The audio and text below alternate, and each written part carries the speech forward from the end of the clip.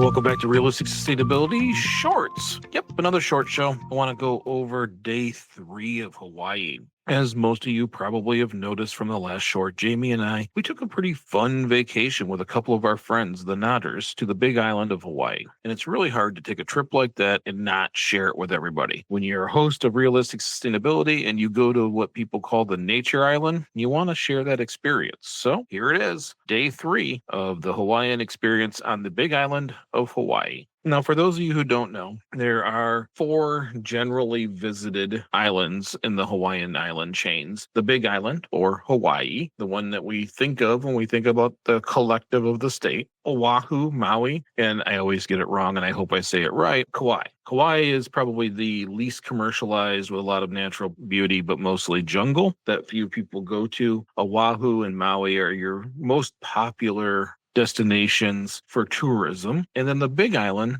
is considered the nature island. That's why we go there. We've kind of fallen in love with it. It's our second trip there, and it's just getting better every time we go. Well, one thing about the quote-unquote nature island is there doesn't seem to be a ton of rules. You can go explore anywhere you want, but it's almost always exclusively at your own risk. So we have to be pretty careful. You'll see in the pictures, if you've joined my personal Facebook or some of the ones I've posted on the greening site, you can put yourself in dangerous positions. I'm not that brave. I stay back quite a bit and get mocked by my lovely wife, who is the thrill seeker. And we found out my buddy Mike, also the same. So I stay back and enjoy the beauty from a safe distance. Now, when it comes to Hawaii, you can pretty much camp anywhere. We were lucky enough that we had a family member that utilizes timeshares, and we could actually get a place to stay that was indoors. But if you're going there, there is a Walmart on the island. You can quite simply go get a tent and put it pretty much anywhere for pretty cheap. There's actually some parks that charge you $10 a day to utilize their tents, but you can only do it up to 7 days in a row, and then you find something for 1 day and come back for 7. But for that price, you can just get one and have one there available. There's a lot of people who do that in Hawaii. And if you're thinking, man, that's a waste, I have a tent at home. I mean, you can take it on the airplane if you want, or when you're done with the one that you've picked up to use while you're there, just give it to someone. There's plenty of people who could use a brand new tent. Now, again, without the formal rules most of us live by, it seems like Hawaii's rules are just simply respect the island, respect the life. Do not take and remove, do not destroy. And for the few signs there are about cleaning off your shoes before going from one environment to another, follow. Everything is at risk, but it seems to be the unspoken rule. Just respect the island. I like that. To know about the big island of Hawaii, it's very limited on plastics. It's got a plastic bag ban, which means that if you go to the store, you bring your own bags. There isn't an option other than in larger stores, you can buy a bag or you can bring a box, but they do not have plastic bags like they do here in Michigan and in many other states. They just simply don't exist. There's hiking to be done everywhere on the island and trails, again, at your own risk because it always maintained. Also, there are 2 major cities where you can see some pretty cool locally sourced things, like jewelry made out of lava stone that has been primarily rounded by the ocean, and they finish cleaning it up and putting them into bracelets. Driftwood carved into many different things, including tikis, and banana leaf weaving and more. So anyways, enough of the let's tell you about Hawaii. I'm sure some of you already know. Let's go into what the heck we did on day 3. Day 3 was a very exhausting day. We decided to go to the volcano, the Kilauea Volcano National Park. And that is an experience. Now, I'll be honest, that one is more touristy, but it's a must-see while you're there. The Kilauea volcano is the world's most active volcano and the youngest volcano on the island. Although the Big Island experiences earthquakes from that volcano, it's not currently active to the point where you see lava flows. There's a lot of steam vents around. We know that there's molten rock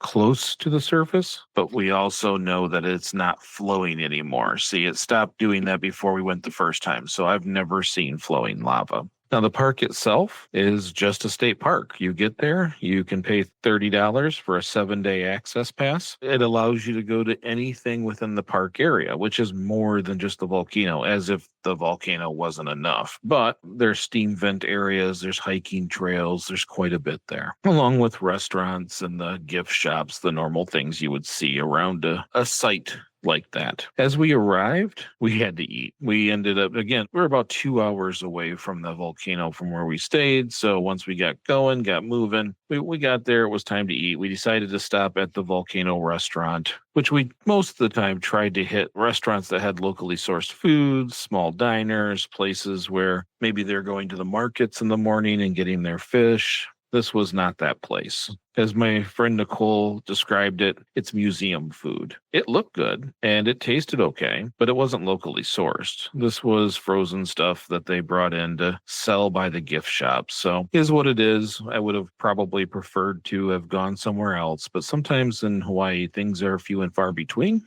And if you don't know where they're at, you kind of just get what you get. Volcano as a place is very commercial, so the restaurant was pretty generic. So we ate the meh ranked food and started to make our way down to the outer rim of the volcano. Remember, volcanoes have multiple rims from when they erupt. And in this case, you can only go inside the outer rim. There's another rim further in and so forth, usually 2 or 3. Of course, my buddy Mike absolutely wanting to go inside the volcano, which is not an option. I'll warn you now, before we get into this too much, if you have mobility issues, you have hard times walking great distances, inclines, declines bother you, this is not the place to go. There's not stairs. It's not an escalator. This is a hike that takes some effort. And you'll see some people who bring their hiking gear, and it's probably better to do so. We didn't. And again, this is the second time I've been there, so apparently I simply don't learn.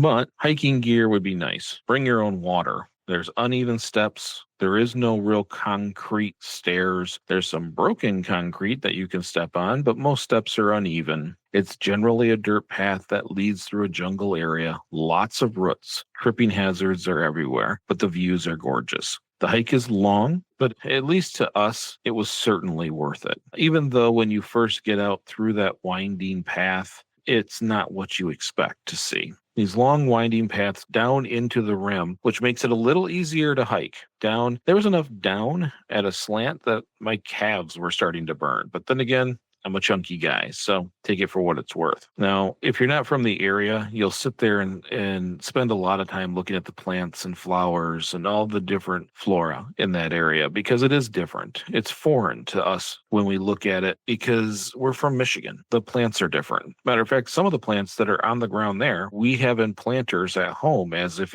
we thought it was just simply a house plant. It's native to Hawaii. So we did spend some time there, just kind of looking at plants and taking pictures of flowers and things of that nature. There's no railings really, by the way, and there's steep drop-offs on the sides. Again, be very, very careful. Everything in Hawaii is at your own risk. But when you get to the inside of the rim, it's a little underwhelming. It's so big, it just looks like a large area of dry lava, cooled lava, where you see that all over the island. The first time we went down there, that rim path was all roped off. You could only go a few feet once you got into the rim or to the surface of that first layer. This time, it was open. There wasn't steam vents right near you. It was open, which tells me that there must be some cooling going on and it's now safe to travel. Because of who we are, we did no studying before we went, so we just wandered around that area. Later, finding out that there is a path that you have to follow. The piles of cairns or lava stone was explained to us by another hiker, thank goodness, and that tells us which way the path is. So, for an example, cairns are not spelled like the name. It's Cairns.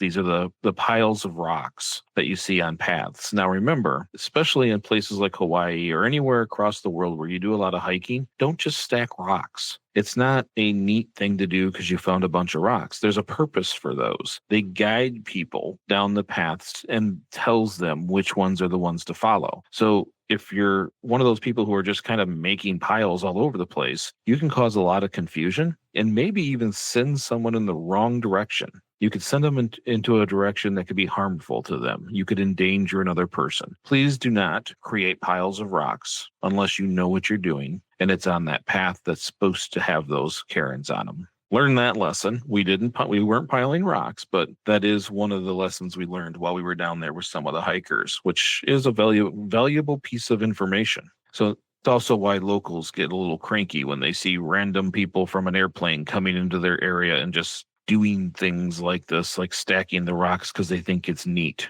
You are risking other people and endangering them. Anyways, we explored that outer rim for some time. We really had a good time looking at some of the wildlife that was starting to grow up between the cracks, looking at the formations from the lava, how they kind of roll over and leave these really cool looking structures, and spending time with other hikers, learning about things like the cairns and how to navigate this area. Mike Notter, always the thrill seeker who came with us, wanted to make his way to the inner rim because of the gases being emitted from it. That's all roped off, and you really shouldn't get that close. Not healthy. Although it's not hard to just step over a small rope and move into your death. We luckily talked him out of doing that, and we followed the path. We respected the island, respected the volcano, and continued to move on. And remember, the park system will not put a ton of effort into saving you. It's kind of a Darwinism island, if you will. Although the view of the crater seemed a little underwhelming at first,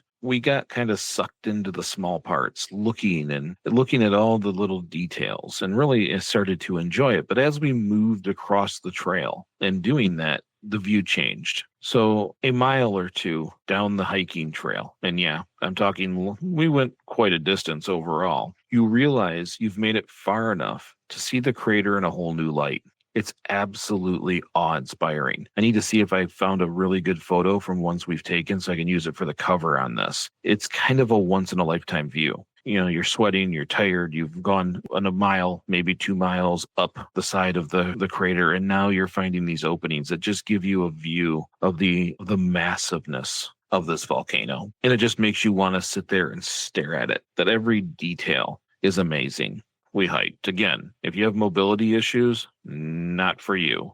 Go onto my Facebook, look at those photos. Even though I don't feel that they do it justice, there's a lot of hiking that goes along here, and it's a very tough trail. We made it back to the Welcome Center by the time we got through, and I was exhausted, completely soaked, just resting in front of an air conditioner so that I could cool down before we made it back to the Jeep to continue our exploration. And I'll tell you, volcano, you have meh food. There's random things to buy, just like any other gift shop. But some of those overlooks make all the hiking worth it. Yeah, it's fun to look at all the small little details and look at the lava formations and what's growing up through it. But those overhead views, or elevated views, if you will, are amazing. Absolutely amazing. And I wish I had the words to express that to you better. Once we cooled down, got back in the Jeep, we made it down the road a little bit.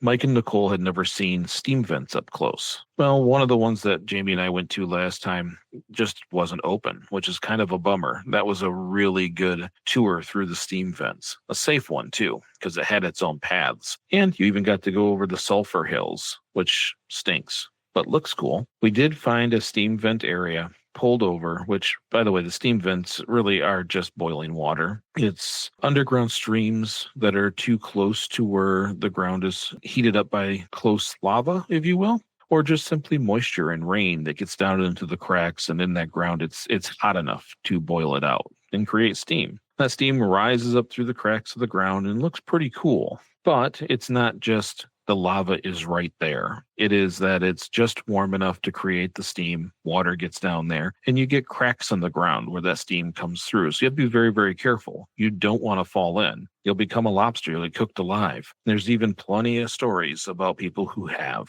Some survive, some do not. So we always stay on the path. Beat and sweaty, we stopped at another unremarkable place to get food. I'm not even going to bother to go over it, but unfortunately was just a normal restaurant with pretty much basic foods, but it served the purpose. We were hungry. We stopped at a few more overlooks and enjoyed the surroundings. To stop to enjoy the nature a bit longer before heading into that 2-hour drive. Back to our room, exhausted, sweaty, and I gotta tell you, I'm not sure the inside of that Jeep will ever be the same. Day 3 was pretty much volcano. We saw tons of really cool natural formations. Being inside of a volcano is just a fun thing to say. No, it's not active. Nope, there's no flowing lava. We were safe. But the pictures and the videos are fantastic. And you're welcome to jump onto my Facebook and see those pictures and videos for yourself. I've changed my personal Facebook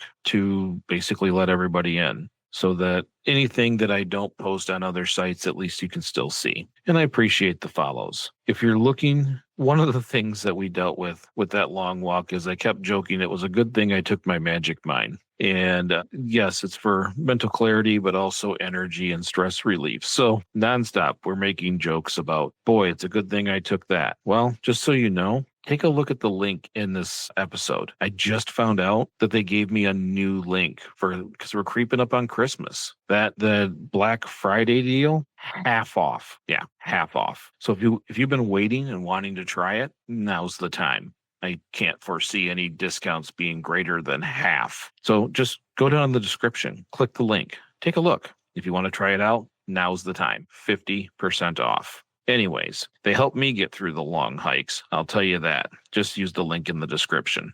Again, thank you for listening. I know some of these shorts are just us talking about things we've done. Sometimes I'll mix in some educational things too, but this trip was too good not to discuss. So thank you so much for listening. We really do appreciate you following the show. If you don't already follow it, please click on that. Follow the show. It just helps statistically, even if you don't listen to us every time. If you liked this episode, share it with a friend or on social media. Helps us tremendously getting rotation through different social media groups. It's not just the shares, but your reactions and your comments. Feel free. Tell me what you think when you see things out there. Have you been there? Tell me your experience.